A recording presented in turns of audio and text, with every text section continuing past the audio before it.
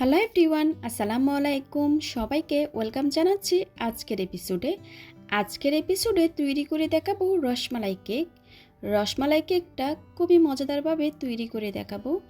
আজকের ভিডিওতে থাকছে রসমালাই কেকের যত ধরনের টিপস আছে সবগুলো কিন্তু এই ভিডিওতে পেয়ে যাবেন, তাই ভিডিওটা না টেনে সম্পূর্ণ দেখতে থাকুন। চলুন তাহলে রেসিপিটি দেখে নেওয়া যাক। প্রথমে আমি কেকের বেসটা তৈরি করে নিব। তার জন্য রুমের স্বাভাবিক তাপমাত্রায় 2টা ডিমের সাদা অংশ নিয়ে নিয়েছি। সাদা অংশটাকে আমি একটু ফ্লাফি করে নিচ্ছি। আর ডিমটা যদি ফ্রিজে থাকে আপনারা 1 ঘন্টা আগে ফ্রিজ থেকে বের করে রাখবেন। ঠান্ডা ডিম দিয়ে কখনো কিন্তু কেক ভালো হয় না। এবার দিয়ে দিব আস্ত দানা চিনি, যেটা আমরা রেগুলার চিনি খাই। এখানে আমি হাফ কাপের চেয়ে একটু কম নিয়েছি চিনিটা। আমার কাছে মনে হয় হাফ কাপ চিনি দিলে অতিরিক্ত মিষ্টি হয়ে যায়। রসমালাইতে কিন্তু অনেকটা মিষ্টি থাকে, এই জন্য আমি হাফ কাপের চেয়ে অল্প পরিমাণ কম নিয়েছি। আপনারা আপনাদের স্বাদ অনুযায়ী বাড়িয়ে বা কমিয়ে নিতে পারেন। আবারও আমি বিট করে নিব 2 থেকে 3 মিনিট বা চিনির দানাটা সম্পূর্ণ গলে যাওয়া পর্যন্ত। প্রথমে যে চিনিটা দিয়েছি ওটা সম্পূর্ণ গলে যাওয়ার পর আমি আবারও চিনি দিয়ে দিচ্ছি। অনেকে বলে থাকেন চিনিটা কি একবারে দেওয়া যাবে না? অবশ্যই একবারে দেওয়া যাবে, এতে করে বিট করতে সময়টা একটু বেশি লাগে। এবার সম্পূর্ণ চিনিটুকু দিয়ে মিনিমাম 5 থেকে 7 মিনিট বিট করে নিতে হবে, কিংবা যতক্ষণ না পর্যন্ত ফোমি একটা স্ট্রাকচার হয়ে আসে। আমার চ্যানেলে অনেকগুলো কেকের রেসিপি আছে, আপনারা চাইলে ওইখান থেকে দেখে নিতে পারেন। আর যারা এখনও আমার চ্যানেলটা সাবস্ক্রাইব করেন নাই, প্লিজ সাবস্ক্রাইব করে দিবেন। সাথে থাকা বেল আইকনটি ক্লিক করে দিবেন, এতে করে আমি কোনো ভিডিও আপলোড করলে আপনারা সাথে সাথে নোটিফিকেশন পেয়ে সবার আগে দেখতে পারেন। আর এই ডিমের ফোমটা কিন্তু খুব ভালোভাবে করে নিতে হবে। ডিমের ফোমটা ভালো না হলে কিন্তু কেকটা স্পঞ্জি হবে না। আপনাদের সাথে কথা বলতে বলতে ডিমের ফোমটা হয়ে এসেছে। এবার দিয়ে দিলাম ডিমের কুসুম। 2 টেবিল চামচ রান্নার রেগুলার তেল দিয়ে দিলাম। হাফ চা চামচ পরিমাণ ভ্যানিলা এসেন্স দিয়ে দিচ্ছি। আপনারা চাইলে রসমালাই এসেন্সও দিতে পারেন। আবারও বিট করে সব কিছুকে একত্রে একটু মিশিয়ে নিব। এখন কিন্তু বেশি করে বিট করা যাবে না, 10 থেকে 15 সেকেন্ড বিট করলে হয়ে যাবে। সব কিছু একত্রে ভালোভাবে মিশিয়ে নেওয়া হয়ে গেছে। এবার বিটারটা আমি সরিয়ে নিচ্ছি। এখন শুকনো উপকরণগুলো দিয়ে দিব। তার জন্য একটা ছাঁকনি নিয়ে নিয়েছি। ছাঁকনিতে আমি হাফ কাপ পরিমাণ ময়দা দিয়ে দিলাম। এখানে আমি তীর ব্র্যান্ডের ময়দাটা ব্যবহার করেছি। 1 টেবিল চামচ গুঁড়ো দুধ দিয়ে দিলাম। 1 টেবিল চামচ কর্নফ্লাওয়ার দিয়ে দিয়েছি। আপনাদের হাতের কাছে না থাকলে স্কিপ করতে পারেন। আরও দিয়েছি 1/4 টিস্পুন পরিমাণ লবণ, হাফ চা চামচ পরিমাণ বেকিং পাউডার দিয়ে দিয়েছি। এবার শুকনো উপকরণগুলো খুব ভালোভাবে ছেলে নিচ্ছি। শুকনো উপকরণটা খুব ভালোভাবে ছেলে নেওয়া হয়ে গেছে। আমি আজকে সম্পূর্ণ শুকনো উপকরণগুলো দিয়ে একটা বিটারের কাঁটার সাহায্যে ফোল্ড করে করে মিশিয়ে নিচ্ছি। এই পর্যায়ে কিন্তু তাড়াহুড়া করা যাবে না, খুব আলতো হাতে ফোল্ড করে করে মিশিয়ে নিতে হবে।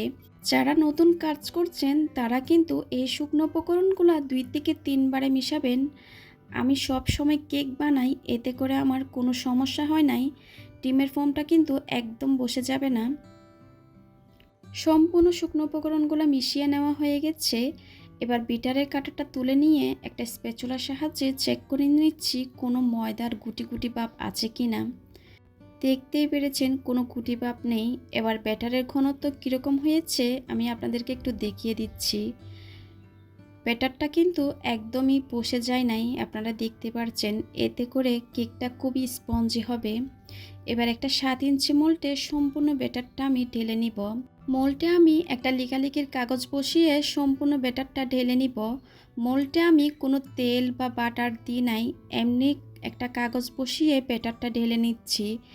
আমি একটু ট্যাপ করে ওভেনে দিয়ে দিব 160 ডিগ্রি ওভেনে 30 থেকে 35 মিনিটের জন্য। আর ওভেনটা কিন্তু আগে থেকে প্রিহিট করতে হবে 10 মিনিটের জন্য। আপনারা চাইলে এই কেকটা চুলায়ও বেক করতে পারেন।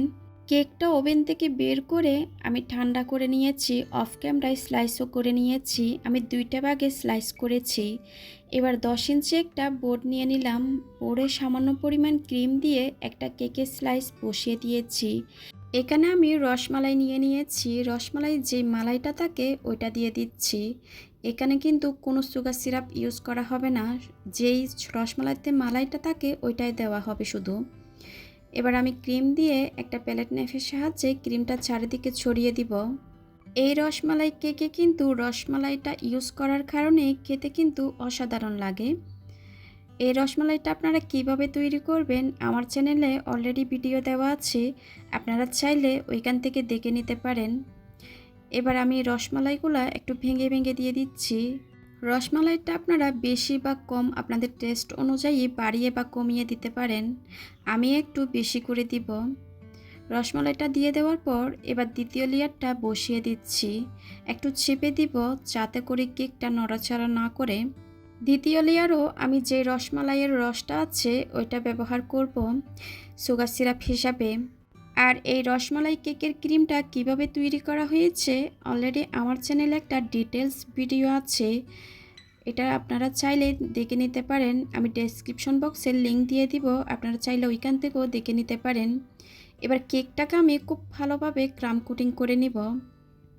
যারা নতুন কাজ করছেন তারা অবশ্যই ক্রাম কোটিংটা করবেন।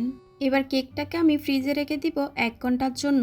যাদের হাতের কাছে কম সময় থাকবে মিনিমাম 15 থেকে 20 মিনিট ফ্রিজে রেখে দিবেন, এতে করে ক্রিমটা সেট হয়ে যাবে। আমি 1 ঘন্টা পর কেকটাকে আবারও ফ্রিজ থেকে বের করে ক্রিম দিয়ে দিচ্ছি। আর রসমালাই কেকের যে বেসটা তৈরি করা হয়েছে ওইটা কিন্তু সাধারণত 1 পাউন্ডের বেস 2টা ডিম দিয়ে তৈরি করা হয়। এখানে কিন্তু অনেকগুলো রসমালাই দেওয়া হয়, তার কারণে এটার ওজন 1.5 পাউন্ড হয়ে যায়। আপনারা ওইটা বুঝে আপনাদের কেকের পাউন্ডটা হিসাব করে নেবেন। কেকের উপর আমি খুব ভালোভাবে ক্রিমটা দিয়ে দিয়েছি। এবার একটা স্ক্রাপারের সাহায্যে কেকটাকে আমি স্মুথ করে নিব। যে অতিরিক্ত ক্রিম আছে ওইটা স্ক্রাপারের সাহায্যে উঠে আসবে। আপনারা চাইলে এই কাজটা প্যালেট নাইফ দিয়েও করতে পারেন। যে জায়গায় মনে হবে ক্রিমটা একটু কম হয়েছে আমি প্যালেট নাইফের সাহায্যে আবারও দিয়ে নিচ্ছি। আবারও স্ক্রাপারের সাহায্যে স্মুথ একটা ফিনিশিং দিয়ে দিব। কেকের চারিপাশে স্মুথ ফিনিশিংটা চলে আসলে আমি প্যালেট নাইফ দিয়ে উপরও একটু স্মুথ করে নিব। যতটা সম্ভব কেকটাকে আমি স্মুথ করে নিয়েছি।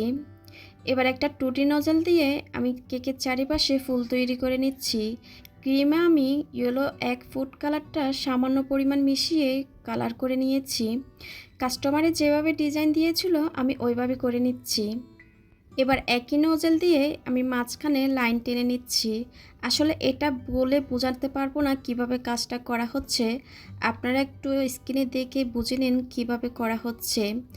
ডিজাইনটা আপনারা আপনাদের পছন্দ অনুযায়ী যে কোনো রকম করে নিতে পারেন। আর আজকের কেকটা ডেকোরেশন করার জন্য এখানে আমার 1 কাপ পরিমাণ হুইপিং ক্রিম লেগেছিল।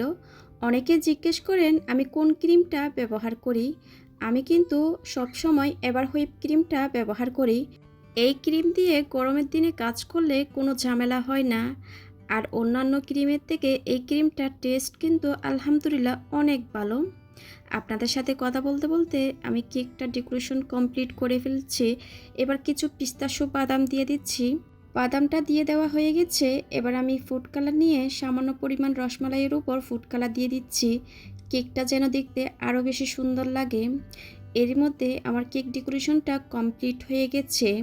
মাশাআল্লাহ, কেকটা কিন্তু সামনাসামনি অনেক বেশি সুন্দর লাগছে।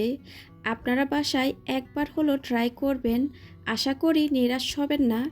রেসিপি সম্পর্কে কোনো প্রশ্ন থাকলে কমেন্ট সেকশনে গিয়ে কমেন্ট করে জানাতে পারেন। আজকের রেসিপিটা ভালো লাগলে অবশ্যই নিজের ফ্রেন্ডস অ্যান্ড ফ্যামিলির সাথে শেয়ার করবেন। আমার চ্যানেলটা সাবস্ক্রাইব করে বেল আইকনটা ক্লিক করে সাথে থাকবেন। সবাই খুব ভালো থাকবেন, সবাই সবার জন্য দোয়া করবেন। আল্লাহ হাফেজ।